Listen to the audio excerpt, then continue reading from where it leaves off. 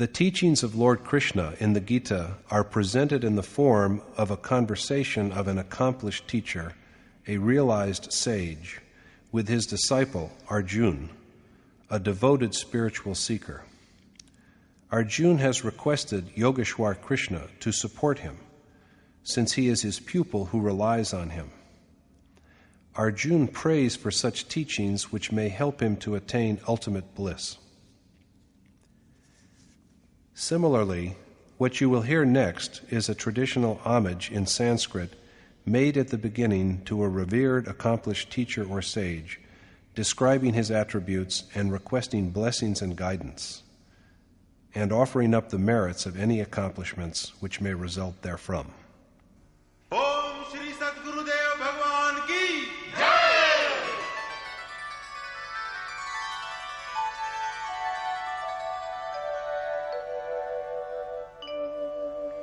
Jaya Sadguru Devam Paramanandam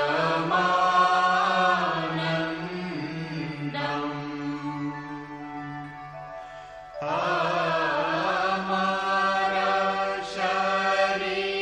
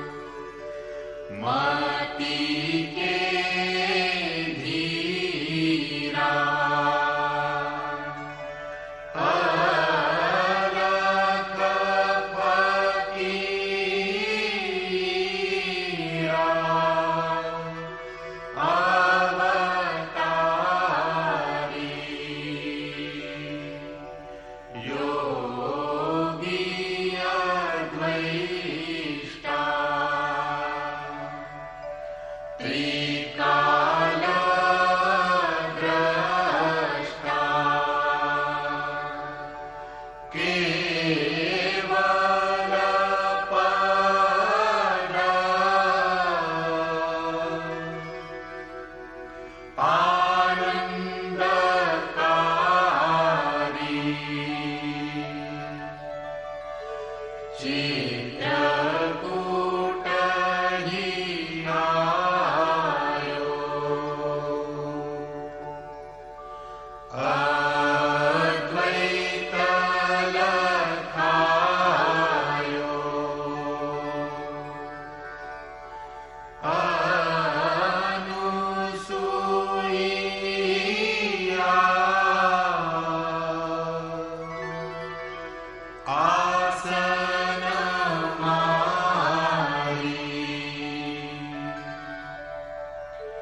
Shri Paramahansa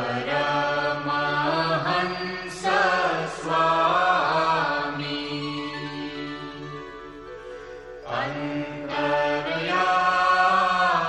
Antaryami Hai Vadanami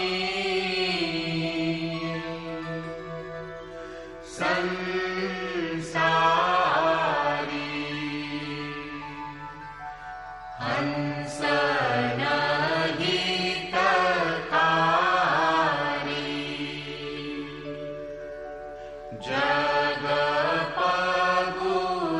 Jagapagudhari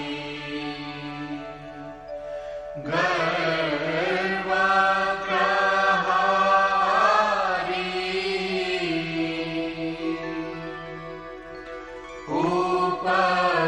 Upakari Satapantha Chalayo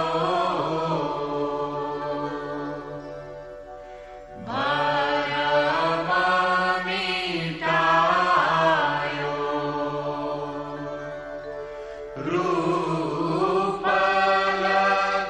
Rupalakhayo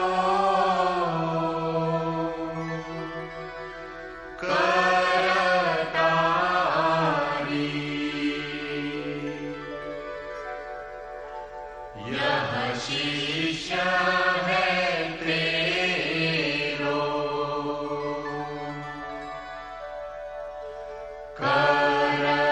करतनी हो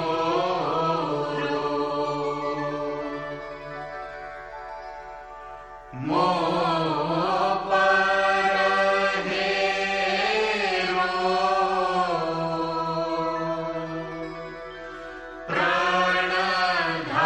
प्राणधारी जय सद्गुरुदेवम्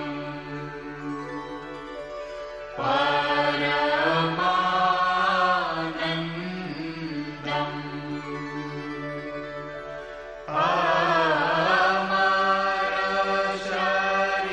अमरशरीरम्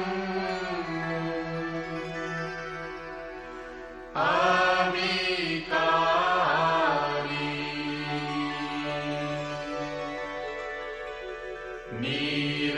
निरगुण निरमूलम् धरी स्थूलम्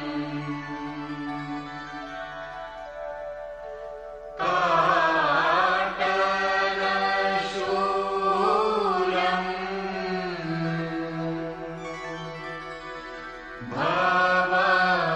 भवभारी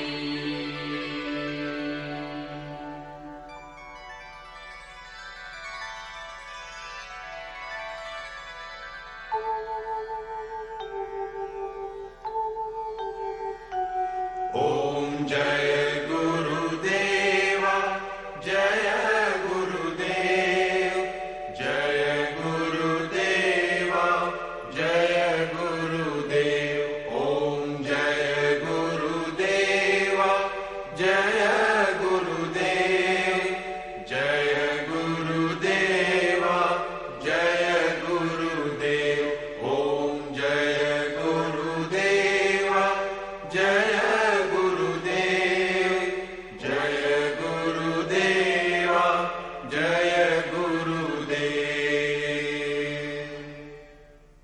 Dear sisters and brothers in the divine, those great sages in India, thousands of years ago, who contributed in compiling sacred scripture and holy books like the Vedas, and in creating deathless literature like the Bhagavat and the Mahabharata, all acknowledged the Sreemad Bhagavat Gita, the celestial song containing the teachings of Lord Krishna to his disciple Arjuna, as unique among all such eminent creations, in the depth and breadth of its spiritual insight and practical instructions for the spiritual path, as well as in the unparalleled beauty and clarity of its poetic expression. There are several different ways of worshiping God, which are established in the names of different religions, holding contrasting views on such matters. However, the ultimate and essential goal of any true spiritual tradition has always remained the same: the quest for God, the ultimate reality. The process of reaching towards this objective is the spiritual path. The question, however, arises that if God is the ultimate reality, and is the only one ultimate reality, then why are there so many sects and cults? To answer this question, we offer this noble creation, the Yadhartha Gita, in the form of audio cassettes. The divinely inspired Gita, as taught by Lord Krishna, simplifies the concept of dharma, spirituality, and purposefully guides one on the spiritual path in a structured and complete manner. The core teachings of all the paths subsequently revealed by other sages of the world are each enfolded in the essential teachings of the Gita. It has been implied in the Mahabharata that when the Pandav and the Kaurav armies stood facing each other on the battlefield, all the demons manifested as the Kauravas, while the gods manifested themselves as the Pandavas. In this way, the great Rishi, Vyas, the accomplished sage through whom the Gita was revealed, implied that all characters in the great epic were either righteous or devilish human impulses within us, and that all these external characters and situations were only symbolic of man's deepest inner reality. From the beginning, it has been observed that every human being carries within himself both these tendencies, godlike and demon-like. When a human being elevates spiritually in quest of God and towards self-realization, the demoniacal tendencies also raise their ugly head in the form of wrath, anger, infatuation, hatred, and so on.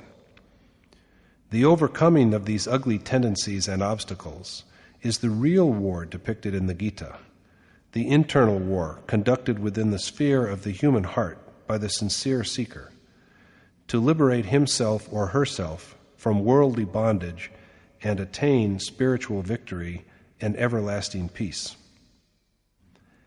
Arjuna held the opinion at the beginning of the Gita that to have the desired results in life, one has to perform important customary rites of his time, abide by family tradition and creeds, avoid the mixing of castes or races, and avoid participating in the violence which would eliminate the families and his kinsmen by refusing to fight in the war altogether. Lord Krishna had to enlighten him on various aspects of life and what was really at stake in the battle underneath its appearance, so that all his doubts were allayed throughout the 18 chapters of the Gita.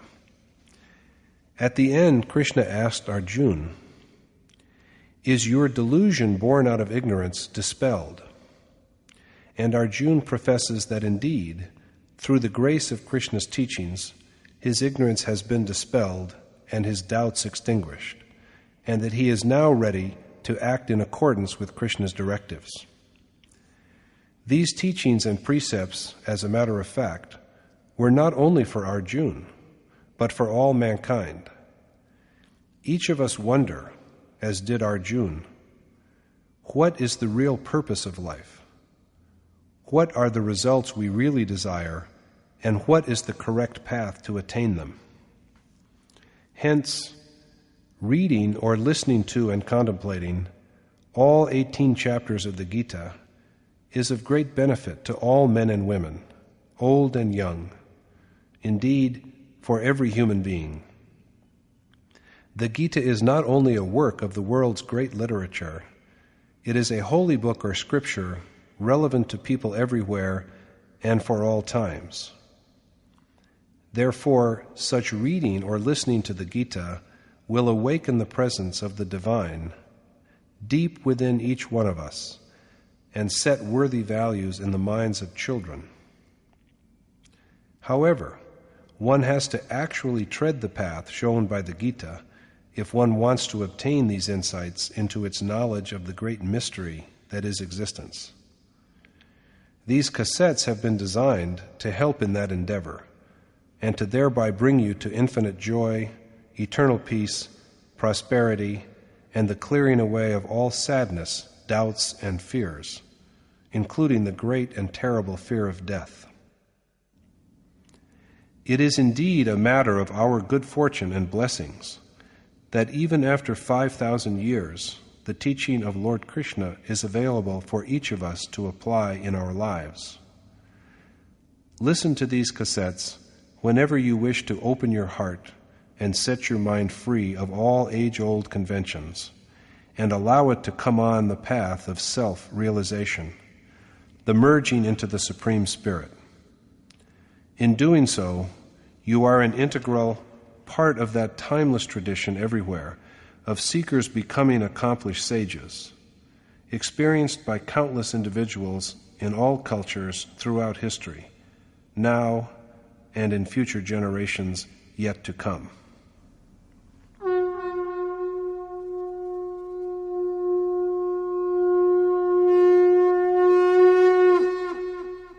Om Shri Paramatmane Namaha. Yadhartha Gita, Sreemad Bhagavat Gita.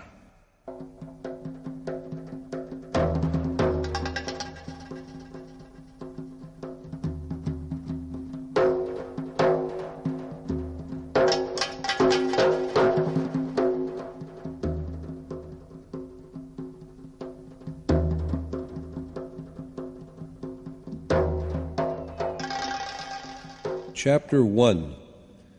The Yoga of Irresolution and Grief.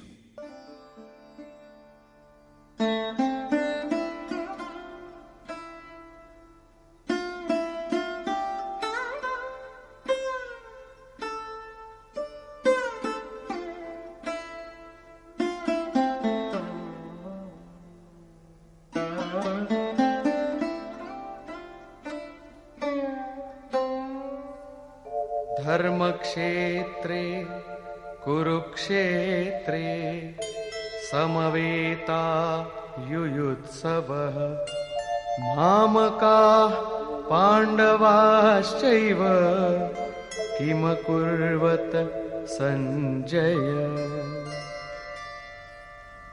Drastra said, "Assembled at Kurukshetra, at Dharmakshetra, and eager for combat, O Sanjay, what did my and Pandu's sons do?" Drastra is the very image of ignorance, and Sanjay is the embodiment of self-restraint. Ignorance lurks at the core of the objective, the outward-looking mind. With his mind enveloped in darkness, Drastra is blind since birth, but he sees and hears through Sanjay, the epitome of self-control.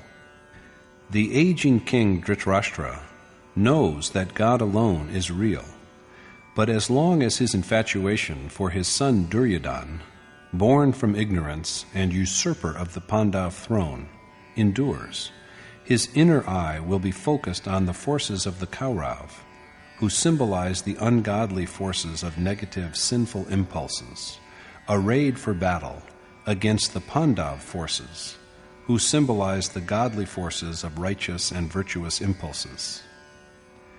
Dharma is a field for combat. When there is abundance of divinity in the realm of the heart, the body is transmuted into a Dharmakshetra, or field of Dharma, but it degenerates into a Kurukshetra when it is infested with demoniacal powers. Kuru means do. The word is an imperative. As Krishna has said, driven by the three properties born out of Prakriti, or nature, man is compelled to act.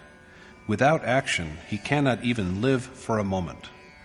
These properties, virtue, ignorance, and passion, or sattva, rajas, and tamas, compel him to act. Even in sleep, action does not cease, for it is the necessary sustenance for the body. The three properties bind men from the level of gods to that of the lowest creatures, such as worms. So long as the material world and its properties are, Kuru must be. Therefore, the sphere of birth and death, of that which is evolved from a previous source or prakriti, nature, is Kurukshetra, whereas the sphere of righteous impulses which guide the self to God, the highest spiritual reality, is Dharmakshetra. Archaeologists are engaged in research in Punjab, Kashi, and Prayag to locate Kurukshetra.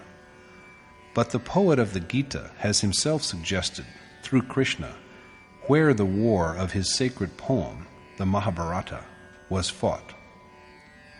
This body is itself, O Arjuna, a battlefield, and one who conquers it grows spiritually dexterous by perceiving its essence. Krishna then elaborates the structure of this, quote, battlefield, or sphere of action, as constituted of 10 perceptors, the objective and the subjective mind, ego, 5 elements, and the 3 properties. The body itself is a field, a ring, or an arena. The forces that clash on this field are twofold, the godly and the ungodly, the divine and the devilish, the offspring of Pandu and those of Drastra, the forces that are congenial to the essentially divine character of the self, and those which offend and demean it. The clue to the mystery of the conflict between the opposed impulses begins to be seen when one turns for enlightenment to an exalted or realized sage who has enriched himself with worship and meditation. This field belongs to one who realizes its essence, and the war fought on it is the only real war. History is crowded with wars of the world, but the victors in these wars have but sought in vain for a permanent conquest. These wars were nothing beyond acts of retribution. True victory lies in subduing matter and in perceiving, as well as becoming one with, the Supreme Spirit that transcends it. This is the only conquest in which there is no prospect of defeat. This is true salvation, after which there are no fetters of birth and death. The mind lying in the abyss of ignorance perceives through one who has mastered the mind and the senses, and thus knows what has transpired on the battlefield, where fighters include even those who have known its reality. Vision is ever in proportion to mastery of the mind and the senses.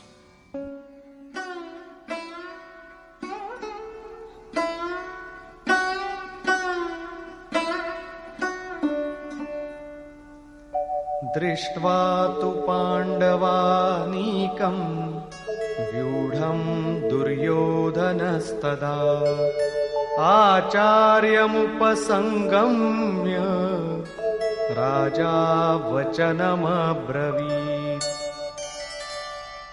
Sanjay said, "At the time, after having seen the Pandav army standing in battle array, King Duryodhana approached his teacher Dronacharya and spoke thus." Dual conduct itself is represented by the figure of Dronacharya, the great warrior and teacher of both the Kaurav and the Pandav. When the awareness dawns that we are alienated from God, there arises in the heart an acute hunger for the attainment of that exalted spirit. Only then do we set out to seek an accomplished teacher. Between the two opposite impulses, this awareness of our alienation and ignorance is the first initiator into wisdom, although the teacher of ultimate excellence will be Yogeshwar Krishna himself, an adept in yoga. King Duryodhana, an embodiment of excessive attachment to worldly objects, goes to his teacher. Attachment is at the root of all griefs, indeed their sovereign. It tempts one away from the spiritual treasure, and so it is named Duryodhana. Only the soul property is the stable property, and it is attachment which generates impurity in it. It draws one to the material world, but it also provides the primary motive for enlightenment. Inquisitiveness is possible only as long as there is attachment, or else only the impeccable spirit remains. So, after having seen the Pandav army arrayed, that is, after having glimpsed the righteous impulses that are in tune with the self, Duryodhana, a victim of attachment, goes to his teacher Dronacharya and says,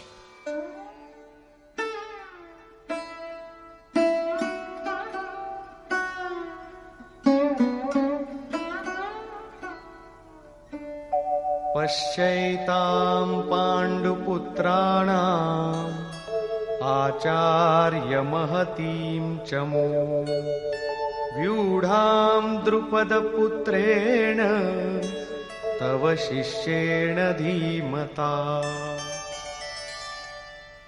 Behold, O Master, this massive army of Pandu's sons, marshaled in battle formation by your wise pupil, the son of Drupad, Drishtadyum. Drishtadyum, the son of Drupad, is the steadfast mind that treasures faith in the universal, immutable reality. He is thus the master, the type of righteous impulses that lead to selfless activity in a spirit of egoless reverence to spiritual divinity. As is said, not means, but the determination of mind needs to be firm. Let us now review the Pandav army at length.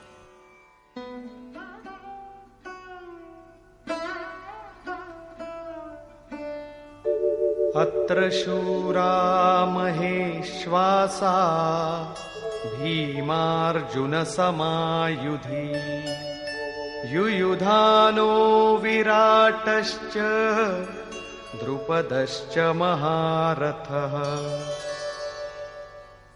Here in the army are many valiant archers, Yuyudhan, Virat, and the great martial commander Drupad, who are a worthy match for the brave Arjuna and Bhim. And this army of Pandu's sons, the Pandav, is composed of those who can guide souls to the Supreme Spirit, like Bhim, who is an embodiment of resolute sentiment, the image of tender devotion, Arjuna, and many other valiant warriors, such as Satyaki, endowed with goodness, Virat, and the great warrior leader Drupad, symbolizing consistency and steadfastness on the path of spirituality, and Drishtaketushchekitanaha Kashirajascha Viryavan Purujit Kunti Bhojascha Shaibhyascha Narapungavaha. Drishtaketu, Chekitan, and the mighty king of Kashi, as well as Purujit and Kuntibhoj and Shaibhya, the unparalleled among men, and Drishtaketu, the steadfast in duty, Chekitan, who can rein in his straying thought and concentrate it on the Supreme Spirit, the king of the holy city of Kashi, an emblem of the sacredness that resides within the world of the body, Purujit, the one who obtains victory over matter in all its forms, gross, subtle, and instrumental, Kuntibhoj, who conquers worldly life by doing what is worthy of doing, then Shaibhya, of virtuous conduct. Yudhamanyuscha vikrantaha Uttamaujascha viryavan Saubhadro Draupadeyascha Sarva eva maharathaha. The valorous Yudmanyu, the mighty Utmauj, Sobhadra, and Draupadi's 5 sons, all great warriors. The heroic Yudmanyu of warlike temper, Utmauj with the spirit of abandon that flows from sacred excellence, Abhimanyu, Sobhadra, the son of Arjuna and Subhadra, with a mind without fear because it is propped up by righteousness, and the 5 sons of Draupadi, who herself is a form of discernment of the divine. All are great warriors, named tenderness, beauty, compassion, spiritual repose, and consistency. All of them are noted for their ability to traverse the path of spiritual fulfillment with perfect skill. Duryodhana thus enumerates to his teacher about a score of names from the side of the Pandav, which represent some vital principles of divine excellence. Although the monarch of impulses that are alien to the essentially spiritual character of the self, it is attachment that first motivates us to strive for the realization of the treasure of divinity. As for his own side, Duryodhana dwells on it but briefly. Had it been an actual external war, he would have given an elaborate account of his army. But only a few perversions are cited, for they have to be conquered, and they are destructible. There are mentioned only about 6 of these, at the heart of all of which there yet dwells an unworldly propensity.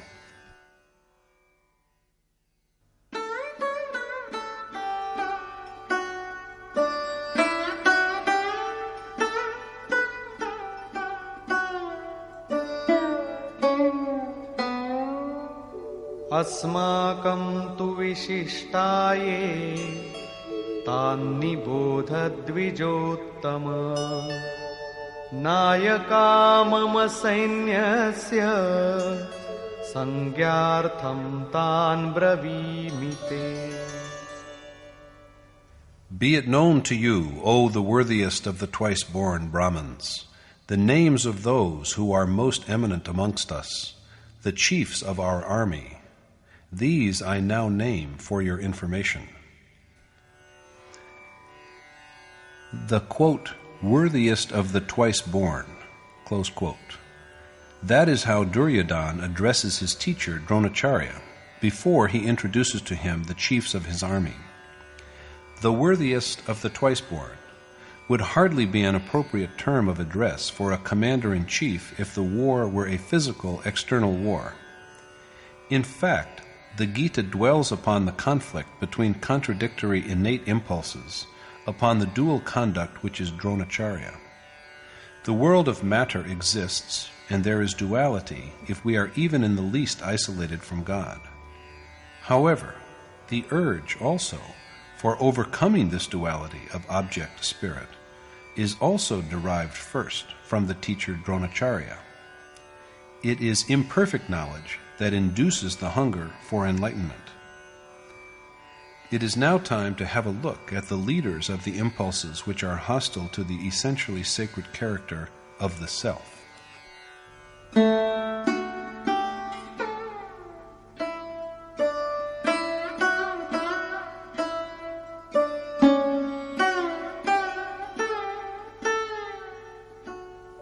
भवान् भीष्मश्च कर्णश्च कृपश्च समितिञ्जयः अश्वत्थामा विकर्णश्च सौमदत्तिस्तथैव च. Your venerable self, Bhishma and Karna, and also Kripa, victor in wars, Ashwatthama and Vikarna, as well as Somduti, Purishrawa, son of Somdut. The commander-in-chief is Dronacharya himself, symbolizing dual conduct.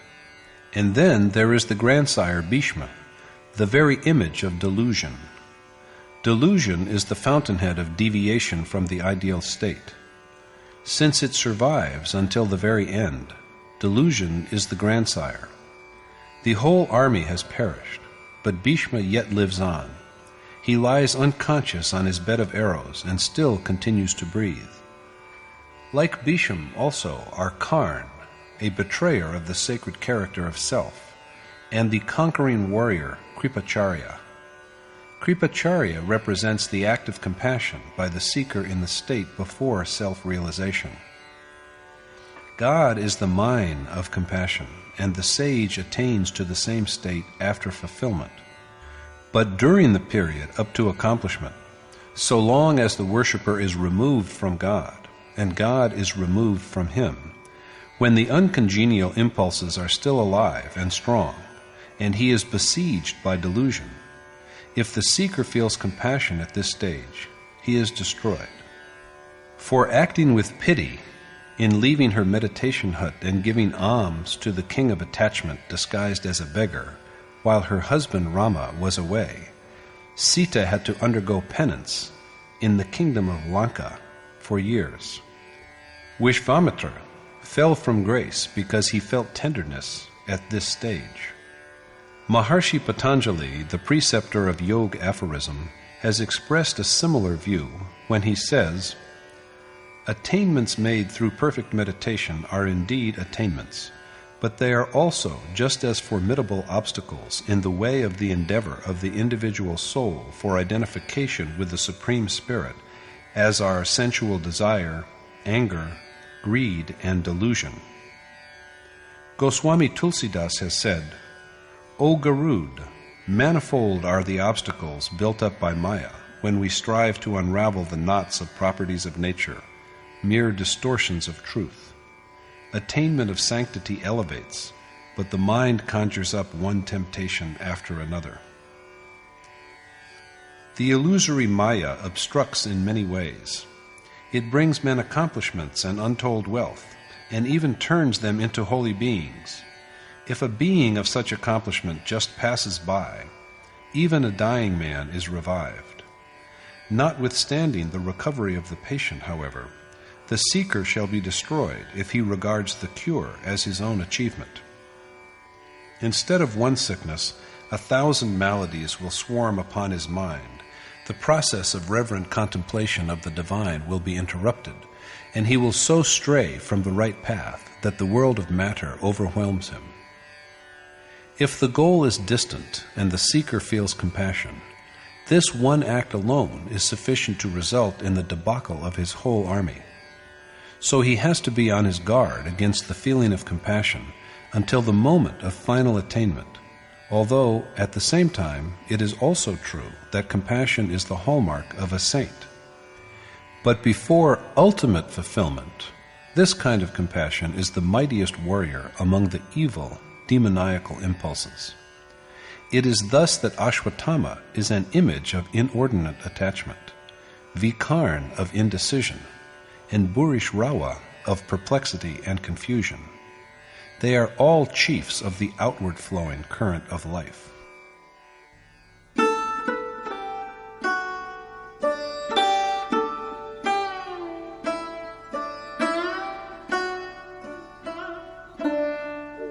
अन्ये च बहवः शूराः मदर्थे त्यक्तजीविताः नानाशस्त्रः प्रहरणाः सर्वे युद्धविशारदाः.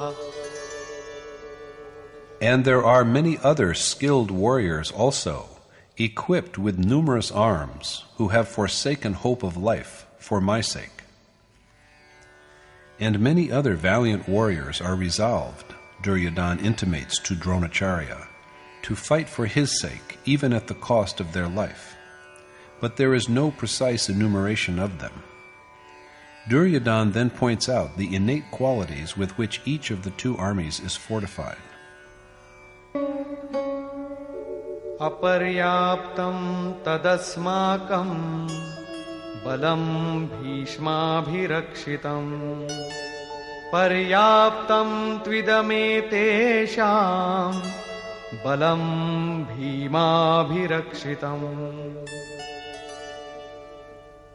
Our army, defended by Bhishma, is unconquerable, while their army, defended by Bhim, is easy to vanquish. Duryodhana's army, quote, defended by Bhishma, is invincible, whereas the opposing army of the Pandav, defended by Bhim, is easy to conquer. The use of ambiguous puns in the Sanskrit text, such as paryaptam and aparyaptam, is itself a sign of Duryodhana's doubtful state of mind. So we have to look carefully at the power that Bhishma represents, on which all the Kaurav hopes rest, as well as the qualities symbolized by Bhim, which the Pandav, endowed with the treasure of divinity, rely upon.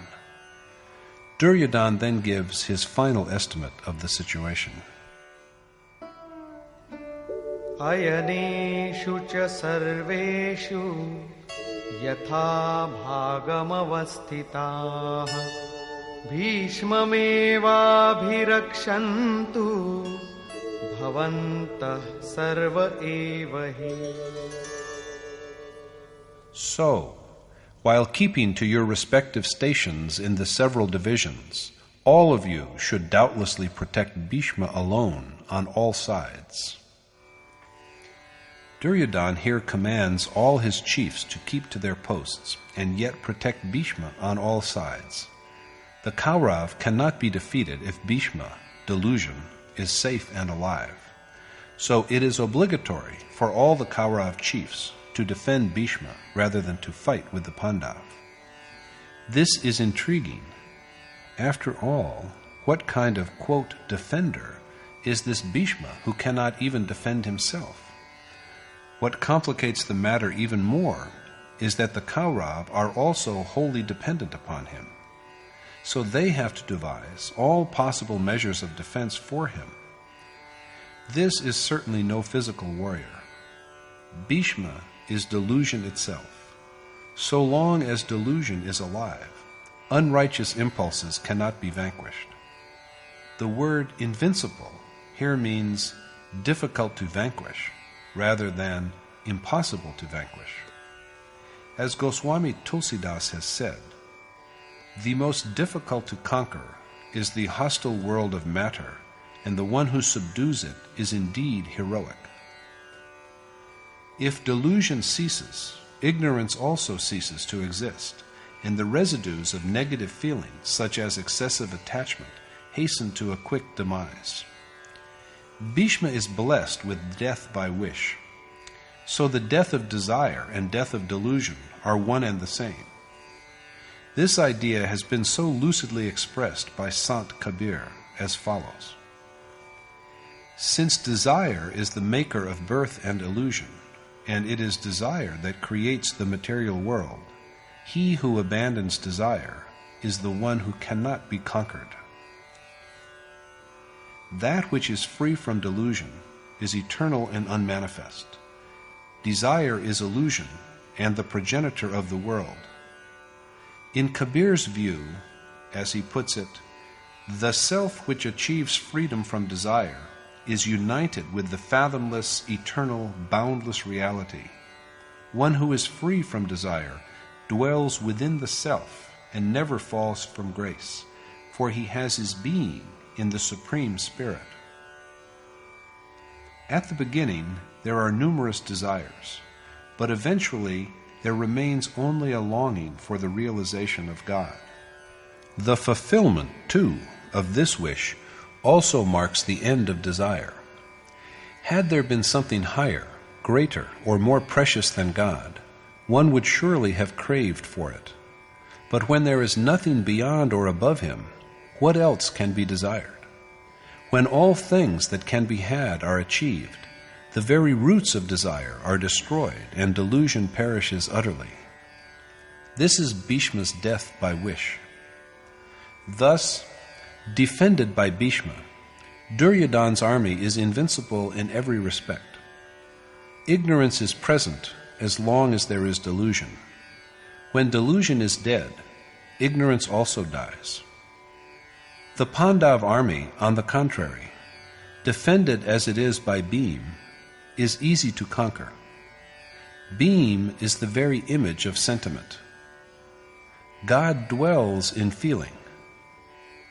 Krishna has described it as devotion. It lays hold on even God. The sentiment of devotion is a pious impulse of flawless perfection. It is a protector of righteousness.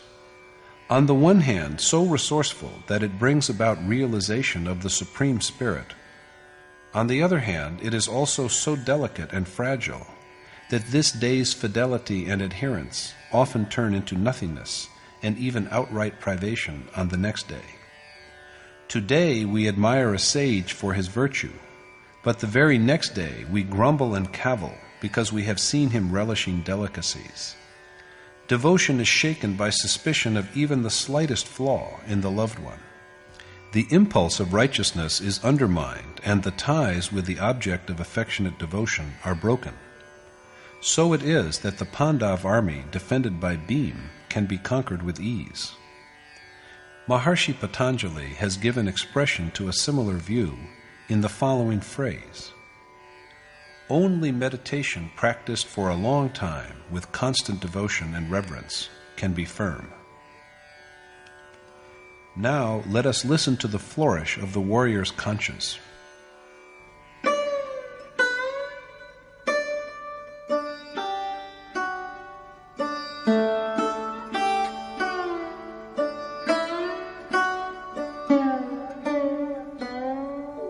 तस्य संजनयन् हर्षं कुरु वृद्धः पितामहः सिंहनादं विनद्योच्चैः शङ्खं दध्मौ प्रतापवान्. To Duryodhana's delight then, his mighty grandsire and the eldest of the Kaurav, Bhishma, blew his conch to blare forth a lion-like roar.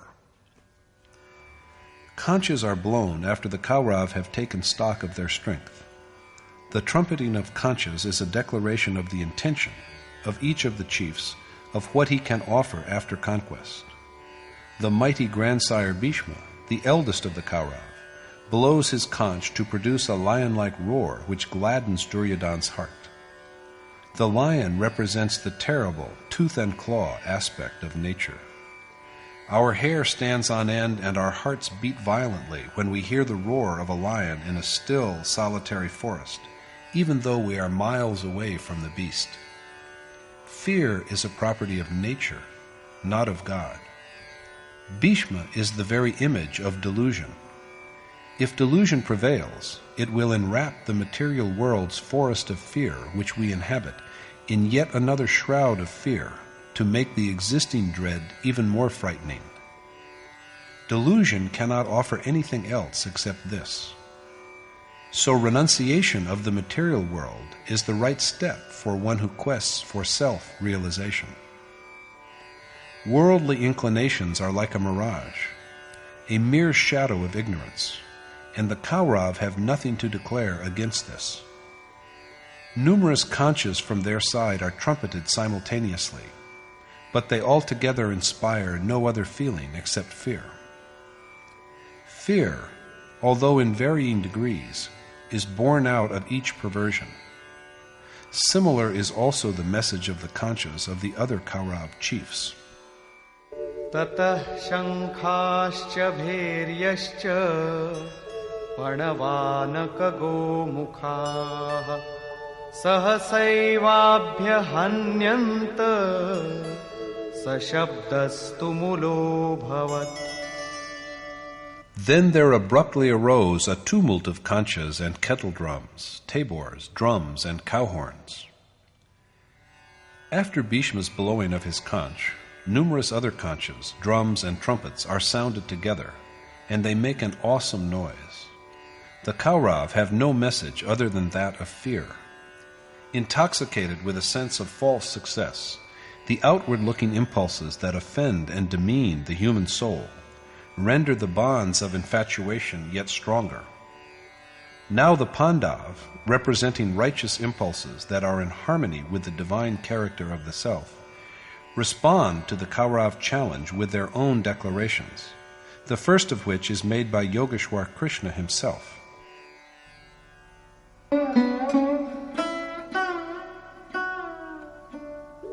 Tatah shvetairhayair-yukte mahati syandane sthitau madhava pandavaschaiva दिव्यौ शङ्खौ प्रदध्मतु. Then too, Madhav, Krishna, and Pandu's son, Arjuna, seated in the magnificent chariot to which white steeds were yoked, blew their celestial conchas. After the Kaurav, Krishna and Arjuna, riding in their magnificent sacred chariot, drawn by flawlessly white horses — white here symbolizes purity — also blow their celestial conchas. The word celestial here means beyond the material world. Yogeshwar Krishna's transcendental message is a promise to render unto souls the most auspicious, unworldly existence that is beyond the worlds of both mortals and gods, and verily the whole universe, Brahmalok, which are all afflicted with the fear of birth and death. The chariot under his charge is not made of gold and silver and wood. Everything about him is celestial, the chariot, the conch, and therefore also his message. Beyond these worlds there is only the one unique and indescribable God. Krishna's message is of establishing a direct contact with this supreme being. But how will he effect this state?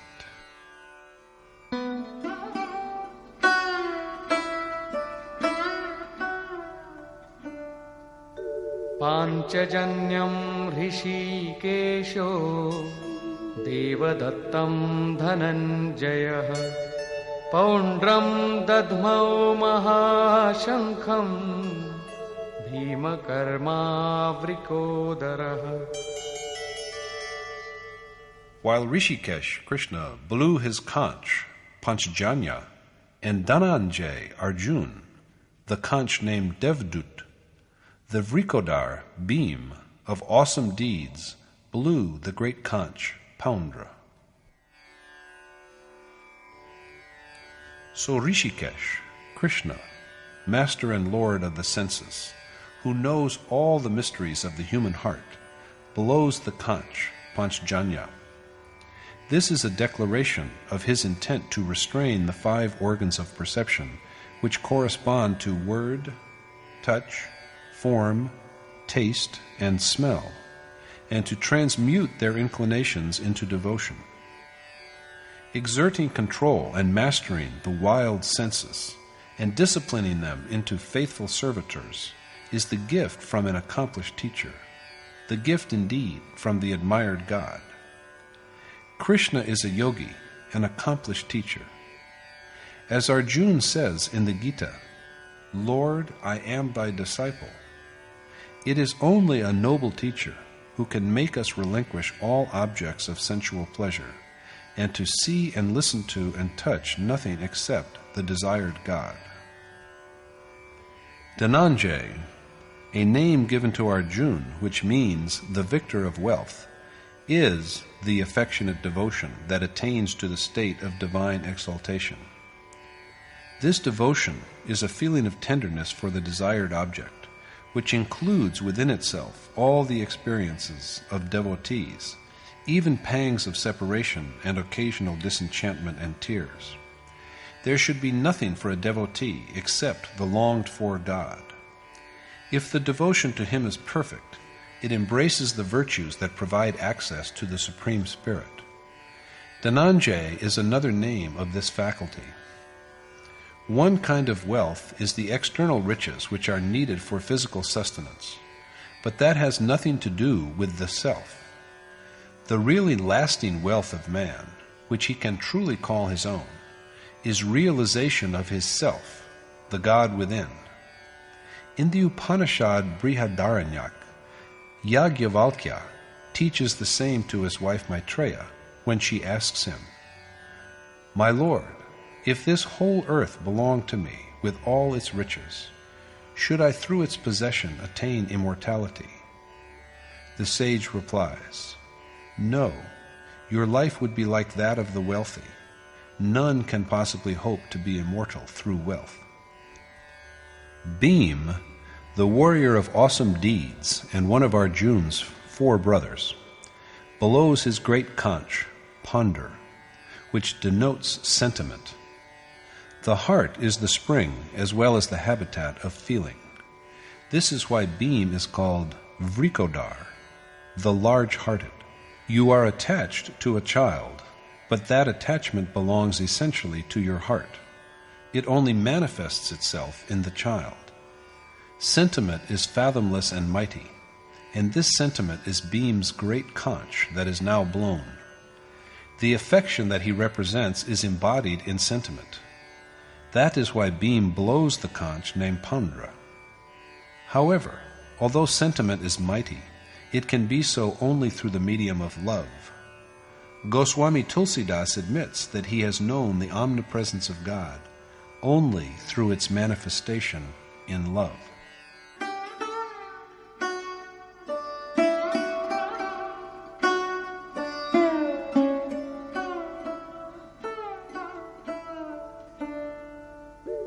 Ananta Vijayam Raja Kunti Putro Yudhishthirah Nakulah Sahadevascha Sughoshamani Pushpakau.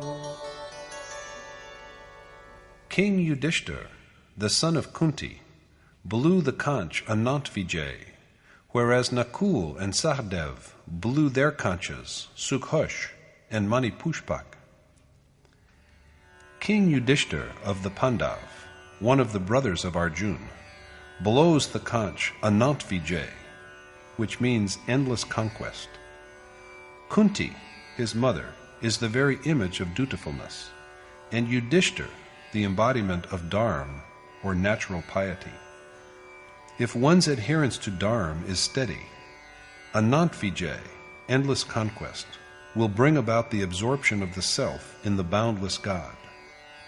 The one who is firm in battle is Yudhishthir, one who is unshaken by the conflicts between self and the material world, between the body and the transcendental soul, and to whom the essence of the sphere of action has been revealed. He is enabled eventually by God, who alone is real, ceaseless and immutable, to overcome all the contradictions. Nakul, who is a symbol of restraint, blows the conch named Sughosh.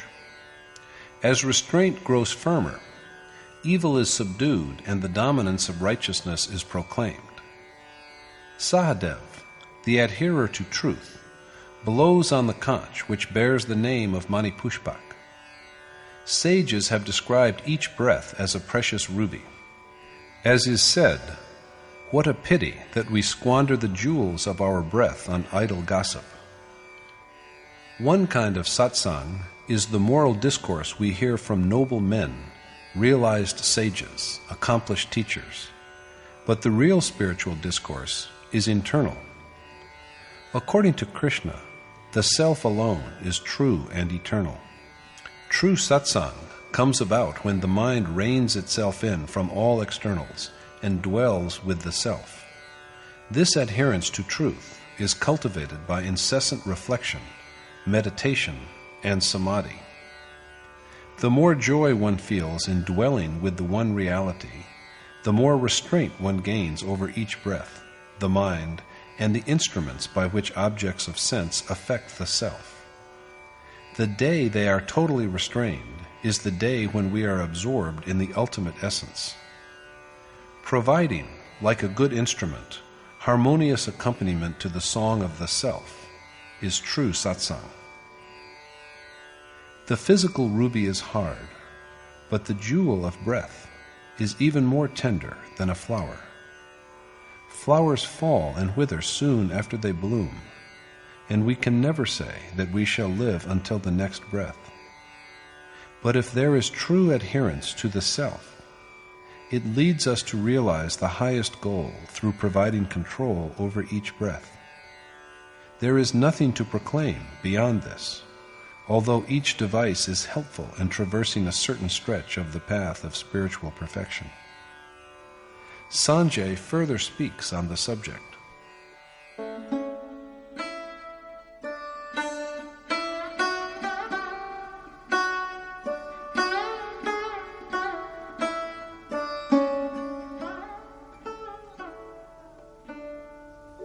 काश्यश्च परमेश्वासः Shikhandi च महारथः धृष्टद्युम्नो विराटश्च सात्यकिश्चापराजितः द्रुपदो द्रौपदेयाश्च सर्वशः पृथिवीपते सौभद्रश्च महाबाहुः शङ्खान् दद्मुः पृथक् पृथक्. The king of Kashi, a great bowman, Shikhandi, who dwells in the Supreme Spirit, the unvanquished Drishtadyumna, Virat and Satyaki, Drupad and the sons of Draupadi, and Subhadra's son of powerful arms, Abhimanyu, all blew, O Lord of the earth, their own conchas. The sacred city of Kashi is an emblem of the sacredness that resides in the physical body. When a man withdraws his mind and sense organs from all physical things and concentrates on the self within his body, he is privileged to merge with and dwell within God. The body which is capable of such a union is Kashi. The Supreme Spirit dwells in and pervades every single body. So Paramashwasa here means dwelling in the Supreme Spirit rather than a mighty warrior. Shikhandi represents the rejection of Shikha Sutra, sacred signs traditionally worn by Hindus. There are people who believe they have achieved renunciation just because they have got their heads shaved clean, cast away their sacred threads, and stopped lighting fire. But they are mistaken, for as a matter of fact, Shikha symbolizes a goal which has to be attained, and Sutra, the merits of action in a previous existence, sanskar. The chain of sanskar is intact so long as God has yet to be realized. How can there be true renunciation till the moment of that fulfillment? Till then, we are only wayfarers. Delusion subsides only when the desired God is attained and the merits of previous deeds are reduced to nothing.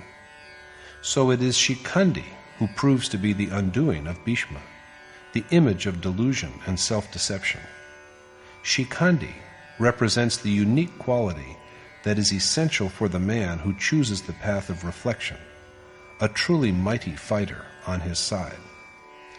Drishtadyumna, one of the great warriors on the Pandav side, represents the steadfast mind that treasures faith in the universal, immutable divinity, and the warrior Virat, capable of perceiving the omnipresence of the great God. These two are the main constituents of sacred excellence. Satyaki is truthfulness. There can never be a fall from piety as long as there is truthfulness or the desire to ponder over truth. It always protects us from being routed in the war between spirit and matter. Drupad, representing the ideal of consistency and steadfastness in the performance of duty, the 5 sons of meditation like Draupadi, symbols of compassion, tenderness, beauty, and spiritual repose, who are all great warriors providing assistance to the quest for the desired goal, and the long-armed Abhimanyu, all below their separate conchas. The word arm, as used here, is a symbol of the sphere of action. When the mind is freed from fear, its reach is immensely enlarged. So Sanjay once again addresses the blind king Dhritarashtra and acquaints him with how the chiefs of the Pandav army have made their proclamations with their conchas. Each one of them is a prerequisite of the skill of traversing a certain length of the way to spiritual liberation. Their observance is necessary, and that is why they are enumerated in detail. However, there is, after these preliminary stages, that stretch of the path which is beyond the perceiving mind and intellect.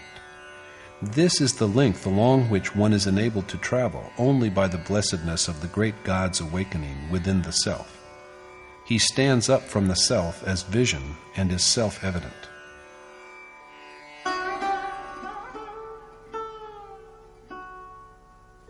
सघोषोधार्तराष्ट्राणाम् हृदयानि व्यदारयत् नभश्च पृथिवीं चैव तुमुलो व्यनुनादयन्. The loud tumult, reverberating through heaven and earth, pierced the hearts of Dhritarashtra's sons. The great tumult, echoing through heaven and earth, rends the hearts of Dhritarashtra's sons. There is the Pandav army also, but the hearts that are rent are only those of the Kaurav, of Dhritarashtra's sons. When the mana of Panchjanya, made up of true knowledge, realization of the infinite, destruction of evil, and affirmation of piety, begins to flow, the Kaurav hearts, with their unrighteous and outward-looking impulses, can only be rent. Their power wanes by and by, and if the process meets with success, infatuation ceases to exist altogether.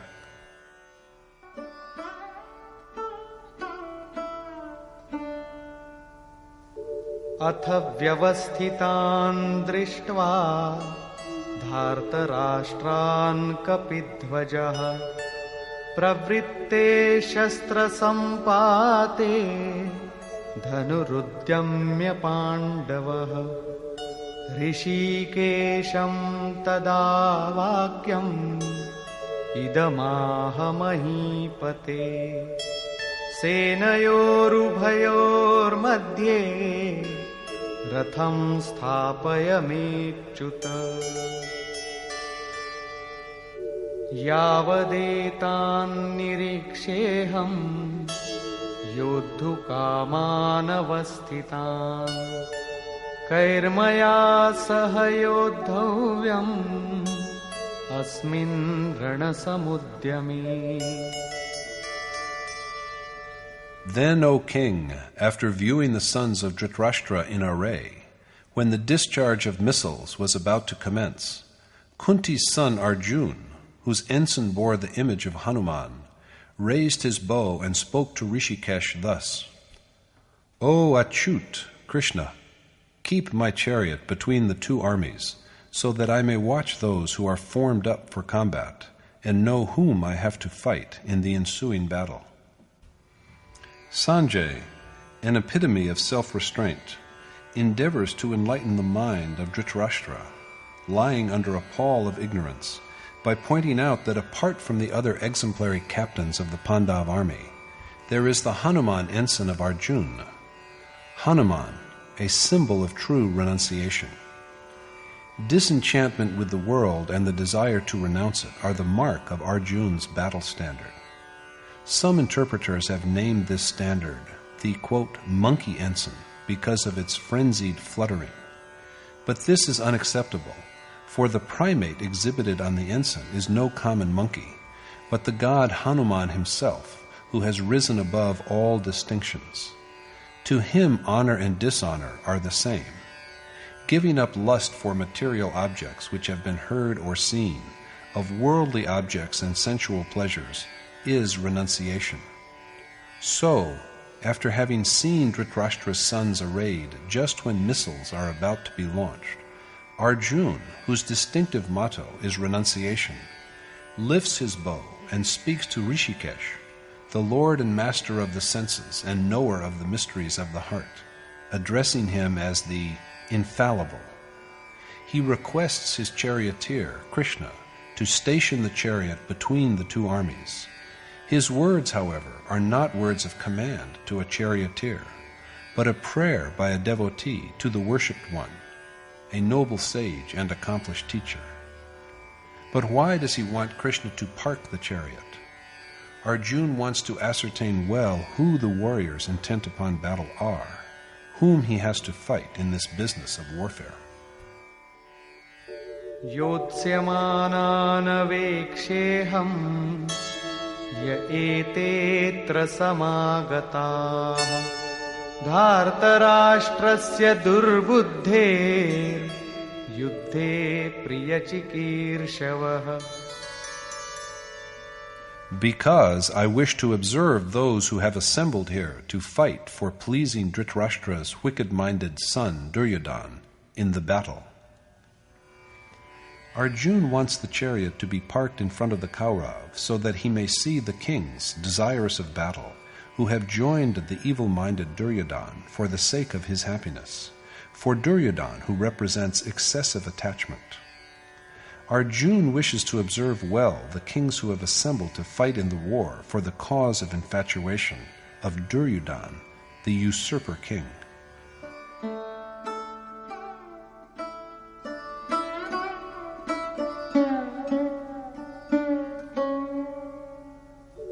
एवमुक्तो ऋषिकेशो गुडाकेशेन Bharat सेनयोरुभयोर्मध्ये स्थापयित्वा रथोत्तमम् भीष्मद्रोणप्रमुखतः सर्वेषां च महीक्षिताम् उवाच Partha पश्यैताम् समवेतान् कुरुनिति. Thus addressed by Gudakesh, O descendant of Bharat, Dhritarashtra, Rishikesh parked the unique chariot between the two armies in front of Bhishma, Drona, and all the other kings, and said, Behold, O son of Pritha, Arjuna, the assembled Kuru. Sanjay thus informs Dhritarashtra how on being requested by Arjuna, who has mastered sleep, Krishna, who knows all that is to know of the mind and heart, parks the chariot of unexcelled beauty in the midst of all the kings who have staked out claims on the earth, which is the body in macrocosm, and asks Parth Arjuna to behold the assembled Kaura. The, quote, excellent chariot in question is made of neither gold nor silver, nor of any material substance. Excellence is defined in this world in terms of its agreeableness or disagreeableness to the mortal body. But such a view is misleading, for that alone is excellence which is always one with the real, the self, and which has no unrighteousness or impurity about it.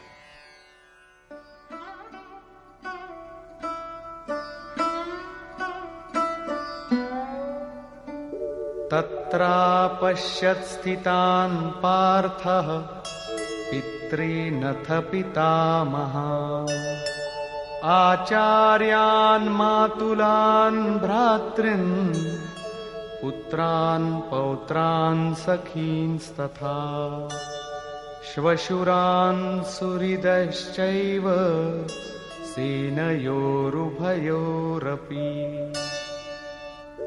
तान् समीक्ष्य स कौन्तेयः सर्वान् बन्धूनवस्थितान् कृपया परयाविष्टो विषीदन्निदमब्रवीत्. Parth Arjuna then saw, mustered in the two armies, uncles, granduncles, teachers, maternal uncles, brothers, sons, grandsons and friends, as well as fathers-in-law and well-wishers. Seeing all these kinsmen assembled together and overwhelmed by intense pity, he spoke thus in great sorrow. Parth, Arjuna, the perfect marksman who has made a chariot of his earth-formed body, looks at the army and sees his kinsmen. What is noteworthy here is that in the two armies he sees only his own family, the families of maternal uncles and of fathers-in-law, friends and teachers. According to scholarly estimates, the two armies of the Mahabharata consisted of 18 Akshauhini chariots, elephants, horses, and foot soldiers, which is approximately 650 million, a very large number indeed. It hardly needs saying how the world is faced today with numerous grave problems of food and housing on account of overpopulation. So what are we to make of it when we are told that just 3 or 4 families of Arjuna's kinsmen are so large in number? Is it possible for any family to be so huge? The answer must be in the negative. So what we have here is a portrayal, not of physical armies, but of the sphere of the mind and heart.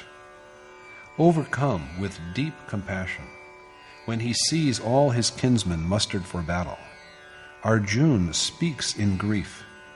He grieves because he sees that he has to fight his own family.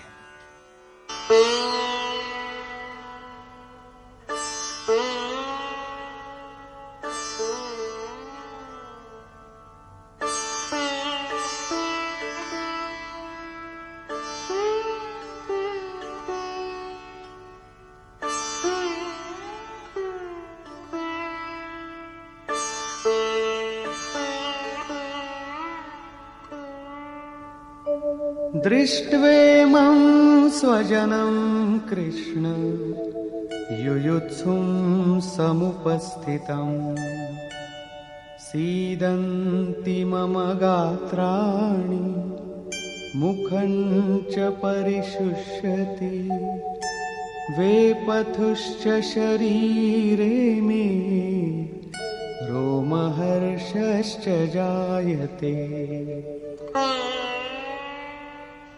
गाण्डीवं स्रंसते हस्तात् त्वक्चैव परिदह्यते न च शक्नोम्यवस्थातुं भ्रमतीव च मे मनः. Arjuna said, "Seeing these kith and kin mustered with the purpose of waging war, O Krishna, my limbs grow weak, my mouth is dry, my body trembles, my hair stands on end. The Gandiv," Arjuna's bow, "slips from my hand. My skin is burning all over. I am unable to stand, and my mind is bewildered." Looking at the gathering of his kinsmen, Arjuna is unnerved. His body grown inert, his mouth is parched, his limbs tremble, and his hair stands erect. The Gandiv falls from his hand, and his skin is hot. He is sorely distressed by the prospect of a war in which his own kinsmen face him. He is confused. He bewails that he cannot even stand properly and look ahead. निमित्तानि च पश्यामि विपरीतानि केशव न च श्रेयोनुपश्यामि हत्वा स्वजनमाहवे. I see, O Madhav, Krishna, inauspicious portents, and I can perceive no profit in the idea of slaughtering kinsmen in the battle. Arjuna sees adverse signs of the impending war. He does not see anything propitious in the slaying of his own family. How can any good result from such killing?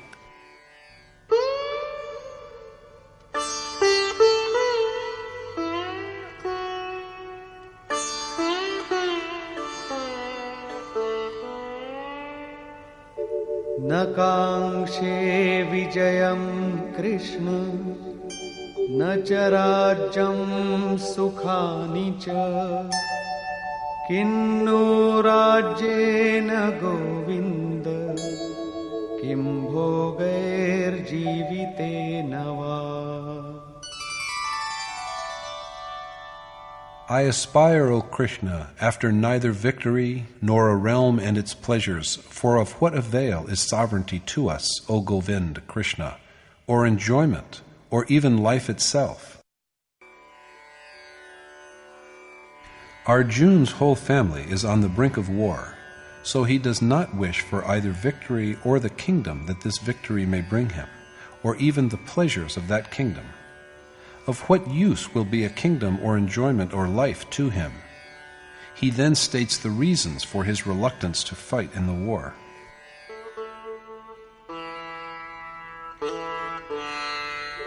येषामर्थे काङ्क्षितं नो राज्यं भोगाः सुखानि च तैमेव स्थिता युद्धे प्राणांस् त्यक्त्वा धनानि च. They for whose sake we crave for a kingdom, pleasures and enjoyments, are formed up here, putting at stake both their life and wealth.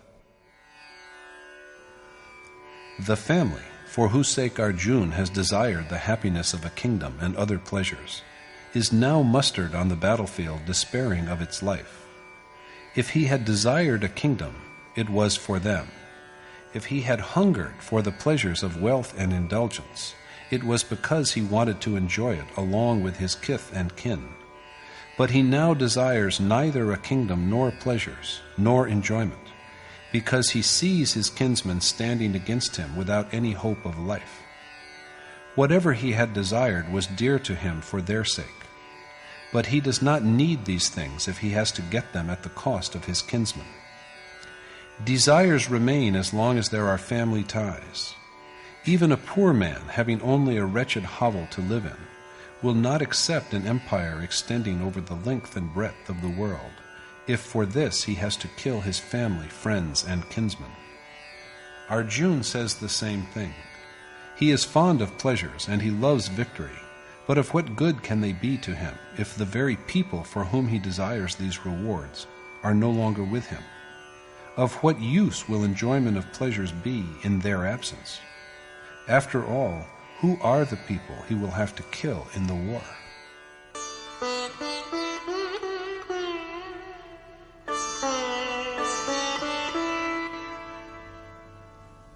आचार्याः पितरः पुत्राः तथैव च पितामहाः मातुलाः श्वशुराः पौत्राः शालाः सम्बन्धिनस्तथा एतान्न हन्तुमिच्छामि घ्नतोऽपि मधुसूदन अपि त्रैलोक्यराज्यस्य हेतोः किन्नु मही कृते.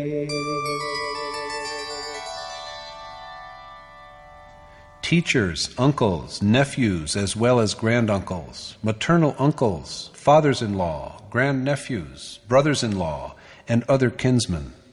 Though they might slay me, I yet have no desire to kill them, O Madhusudan, Krishna, even for a realm made up of the three worlds, still less for this earth alone. The people to be slain are Arjuna's own flesh and blood. As he tells Krishna sorrowfully, he does not wish to harm his kinsmen, although in doing so he might lose his own life at their hands, even for ruling over all the three worlds. In an army formed of 650 million men, Arjuna can see only his own family. Who really are these innumerable kinsmen? Arjuna verily is an image of tender devotion. His dilemma is the one that faces every devotee when he sets out on the path of worshipful adoration, or bhajan. It is everyone's desire that he should attain the highest reality by reverence and worship. But he is filled with despair when, under an experienced and accomplished teacher's tutelage, he comes to understand the fundamental nature of the conflict between the material body and the divine self, and realizes against whom he has to wage his war. He wishes that his father's family, his wife's family, his maternal uncle's family, people who love him, friends and teachers, should all live with him in happiness, and that, while providing for all of them, he should also attain to God. So he is confused when confronted with the fact that in order to forge ahead in his task of worship, he has to abandon his family. Because of his attachment, the prospect of severing the bonds of kinship confuses and unnerves him. My noble teacher, the revered Paramahans Paramandaji, used to say, "To be a sadhu is the same as to die." Even if the universe has beings whom he regards as living, there is no one whom the sadhu can regard as belonging to his own family. As long as there is such a one, the feeling of attachment remains. As for this weakness, the one who is striving to realize his self, is a winner only when he rejects and destroys his attachment, as well as all the other associated feelings. What is this world but an extension of the ties of attachment? What is there in it for us in the absence of these bonds? The world as we know it is only an extension of the mind. Yogeshwar Krishna has portrayed the same extension of the mind as the world. The man who has withstood and subdued its power has conquered the whole universe. Krishna tells Arjuna in the 19th verse of chapter 5, "The whole cosmos is overcome, even in this world, by those whose minds repose in equality." Such a state of calm, of mental equipoise and equanimity, is made possible by the complete annihilation of ego. This frees the mind from its self-centered subservience to the material world. After ego has ceased to exist, only the self remains in a pure state. So this is the way to attainment of salvation and final beatitude, Brahmavasta, which transcends the transitory life of nature. It is thus that those who have realized this state are not subject to the limitations of the material world. It is not that only Arjuna is confused. Affectionate attachment resides in every heart, and everyone with such a feeling is in a state of confusion. Kith and kin are always in the foreground of a person's consciousness. At the beginning, a person believes that his sacred adoration will be helpful in his endeavor to make his kinsmen happy. A person looks forward to enjoying his acquisitions along with them. But what shall the person do with the happiness if his own people are no longer with him? So it is with Arjuna. His vision has so far been limited to the pleasures that can be had from a kingdom and heaven. He has till now envisioned the ultimate happiness in terms of heaven and a realm composed of the three worlds. If there is any reality beyond this, Arjuna yet has no inkling of it.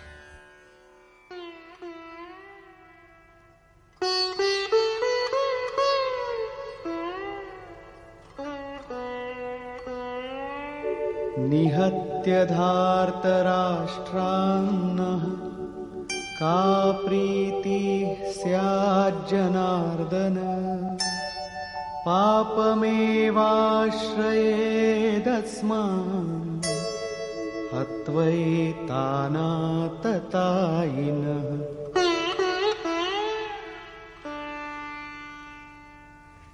What happiness can we have, O Janardhan Krishna, from slaying these sons of Drastra? Only sin will fall to our lot if we kill even these wicked men. What happiness can Arjuna gain from killing Dhritarashtra's sons?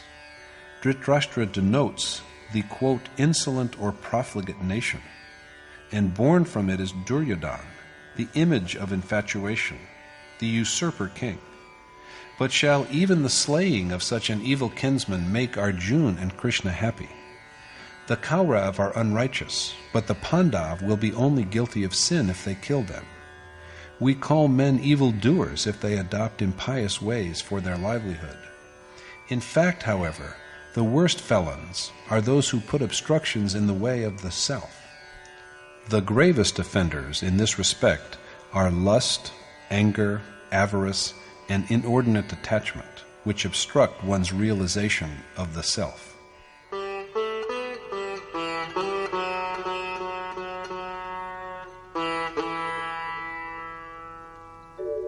तस्मान्नार्हा वयं हन्तुं धार्तराष्ट्रान् स्वबान्धवान् स्वजनं हि कथं हत्वा सुखिनः स्याम माधव.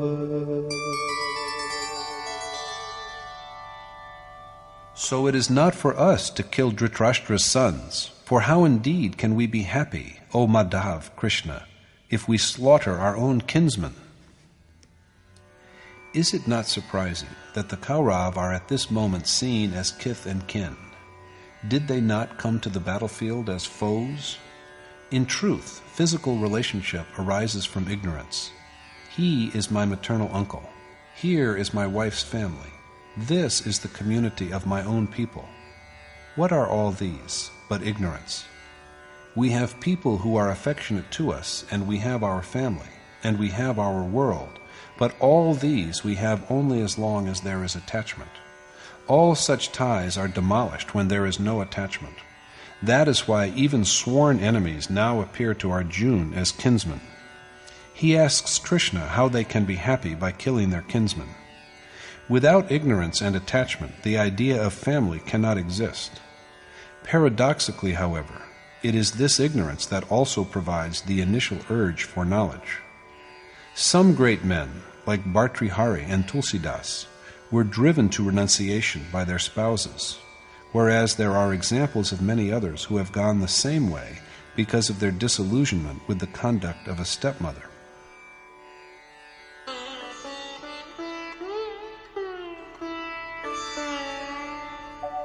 यद्यप्येतेन पश्यन्ति लोभोपहत चेतसः कुलक्षयकृतं दोषं मित्रद्रोहे च पातकम्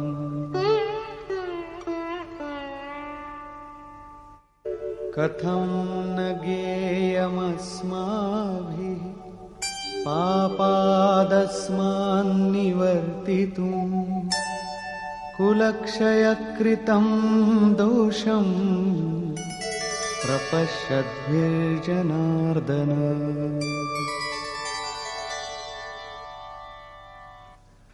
Although, with their minds vitiated by greed, they, the Kaurav, have no awareness of the evil they do in destroying families and in being treacherous to friends, why should we, O Janardhan, who know that it is evil to destroy families, not turn away from the sinful act? Straying from righteousness because of their arrogance and avarice, the Kaurav are blind to the sin they commit by destroying families and practicing treachery against friends. This is their error. But why, Arjuna wants to know from Krishna, should they themselves, knowing the evils of destroying families, not desist from the crime? What deserves special notice here is Arjuna's belief that not only he, but Krishna also, is about to make the same error.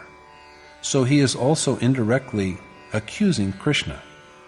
Every novice taking refuge in an enlightened teacher reasons in the same way. Arjuna is under the impression that perhaps the problem that is bothering him has not yet occurred to Krishna. All the same, they are both reasonable men, and it is required of them to think of the evil consequences of destroying a family. Kulakshaye pranashyanti kuladharma sanatana dharme nashte kulam kritsnam adharmo bhibhavatyuta. In case of the destruction of a family, its eternal sacred traditions are lost, and impiety afflicts the whole family with the loss of its values. Until now, Arjuna has viewed family traditions as the eternal truth, the Sanatan Dharma, and he also believes that with the loss of these traditions, families are laden with sin. Adharma bhibhavat Krishna pradushyanti kulastriyah Strishu dushtasu arshneya jayate varna sankaraha. When sin prevails, O Krishna, women of the family stray from virtue, and when they are unchaste, O descendant of the Vrishnis, Varshneya, Krishna, there is generated an unholy mixture of classes, Varnasankar. When unrighteous ways dominate a family, its women lose their chastity, and there arises an intermingling of different classes of incompatible cultures and ways of living. According to Arjuna, this sinful intermingling occurs when women lose their virtue.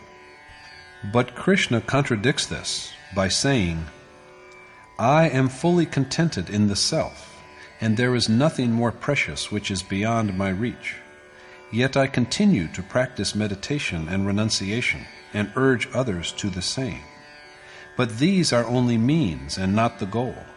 And when the goal is achieved, who cares for the means? So if the achiever, such as I, neglects the means, his followers of an inferior merit will emulate him, and they too will give up the required means.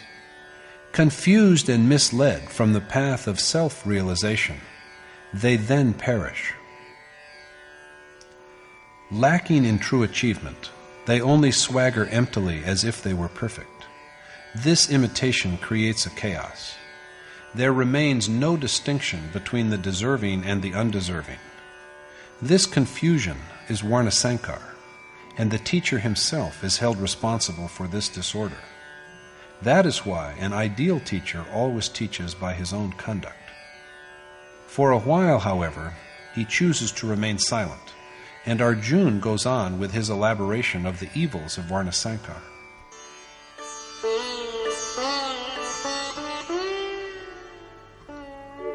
Sankaro narakaiva kulaghnanam kulasya cha patanti pitaro yesham lupta pindodaka kriyaha. The unholy intermingling of classes condemns the destroyer of the family as well as the family itself to hell, for their ancestors, deprived of the offerings of obsequial cakes of rice and water libations, fall from their heavenly abode. It is a quality of Varnasankar to dispatch families and their destroyers to hell. Divested of obsequial gifts of rice cakes, their forefathers also lose their heavenly home. The present is destroyed, the ancestors of the past fall, and the posterity to come will also descend to hell. Not only this, but in Arjuna's view,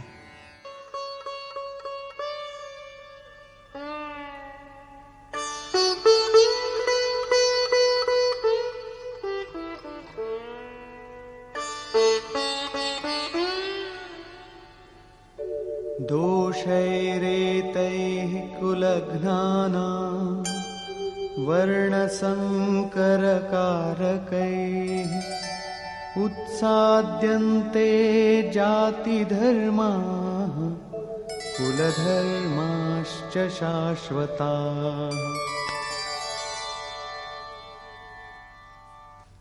the sin committed by destroyers of families, which causes an intermingling of classes, puts an end to the timeless dharma of both caste and family.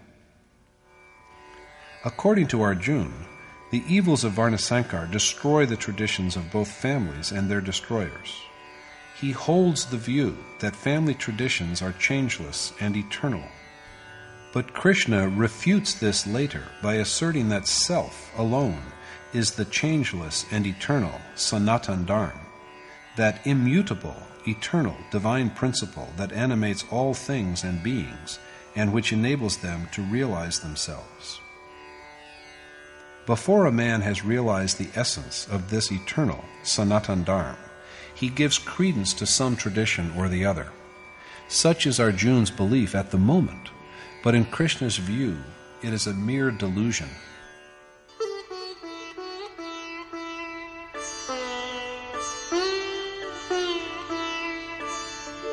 Utsanna kula dharmana manushyanam janardana narake niyatam vaso bhavati tyanushruma. We have heard, O Janardhan Krishna, that hell is indeed the miserable habitat, for an infinite time, of men the traditions of whose families have been destroyed. Men whose family traditions are destroyed have to dwell in hell endlessly. What is significant, though, is that Arjuna has only heard so.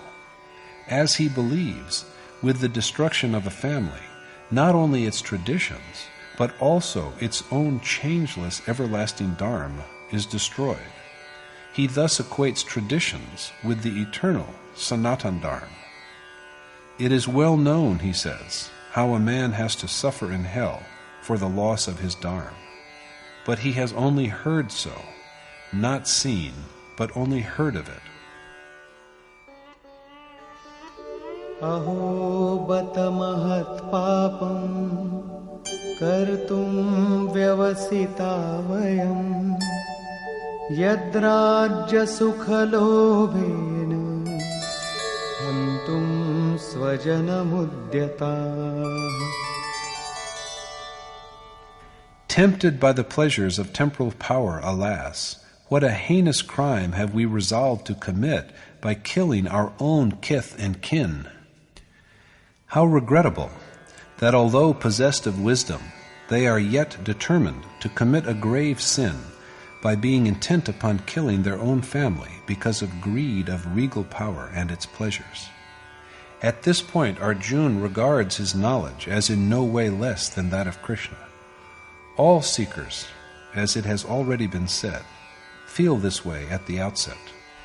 According to Mahatma Buddha, so long as a man has only partial knowledge, he regards himself as a repository of great wisdom. But as he begins to learn the second half of the knowledge he has to acquire, he regards himself as a great fool. Arjuna considers himself a wise man in the same way. He takes the liberty of persuading Krishna that it is simply not possible that their sinful act can have any propitious outcome, and also that their resolve to destroy their family is motivated by sheer greed of sovereignty and its pleasures. They are really committing a terrible error. Convinced that the error is not only his, he has a dig at Krishna when he remarks that the error is also Krishna's. And at last he delivers his final view of the matter to Krishna.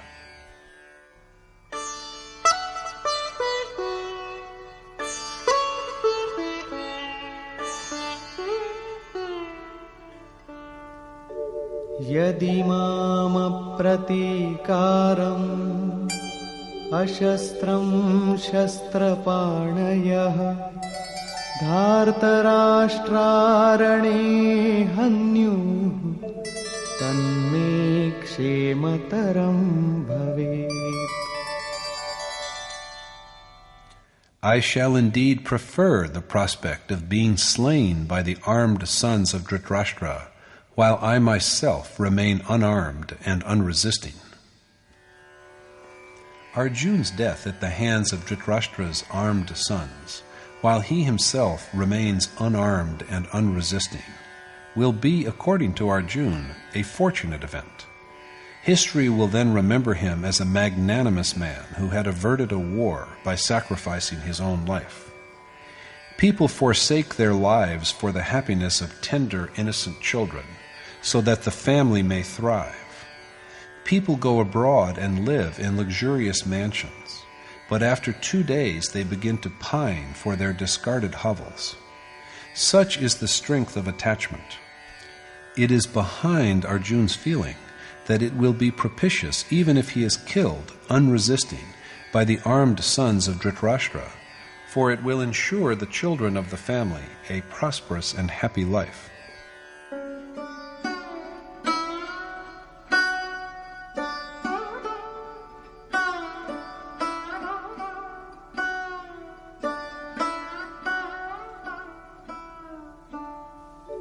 Evamuktvārjuna saṅkhye rathopastha upavishat visrijya sasharam chapam shoka samvignamanasah. Sanjay said, speaking thus and smitten by grief, in the midst of the battlefield, Arjuna put aside his bow and arrows and sat down in the chariot. In other words, Arjuna withdraws from the conflict between the physical body, the sphere of action, and the self within with his awareness of God. Conclusion. Looking at the armies on the battlefield of life, we see our own families, and they have to be destroyed. The world is but an extension of attachments. Attachment to the family proves an obstacle in the primary stage of the worshipper's devotion to the desired goal. He is shaken when he discovers that he shall have to part with his near and dear ones and treat them as though they had never existed. He finds nothing but unpropitious harm in his act of destroying his own people. Like Arjuna, he looks for an escape into prevailing traditions. Arjuna says that family traditions are the eternal Sanatan Dharma. Destruction of family and caste traditions by war is thus destruction of the eternal Dharma itself. And when Dharma is lost, women of the family grow unchaste, and there is a sinful intermingling of classes, which must drive both the family and its destroyers to hell for an indefinite time. With this limited knowledge and wisdom, Arjuna is desperate to protect the family traditions which he regards as the eternal Sanatan Dharma. So he pleads with Krishna and wishes to be enlightened on why they, Krishna and he, men of sagacity, should be bent upon committing the heinous sin of destroying their family. According to his view of the issue at hand, even Krishna is about to become an accessory to the crime. Finally, Arjuna asserts adamantly that in order to save himself from the sin, he shall not fight. Saying this, he sinks despairingly in the rear of the chariot. In other words, he turns his back on the precious enterprise of the perennial conflict that rages between matter and spirit, between godly and ungodly impulses, between forces that drag a man down to gross nature, and forces that elevate and finally take the soul to the Supreme God. Thus concludes the first chapter in the Upanishad of the Sreemad Bhagavat Gita on the knowledge of the Supreme Spirit, the science of yoga, and the dialogue between Krishna and Arjuna, entitled Sanchaya Vishad Yoga, or the Yoga of Irresolution and Grief. Thus concludes Swami Adgadanand's exposition of the first chapter of the Sreemad Bhagavat Gita in Yadhartha Gita. Hari Om Tat Sat.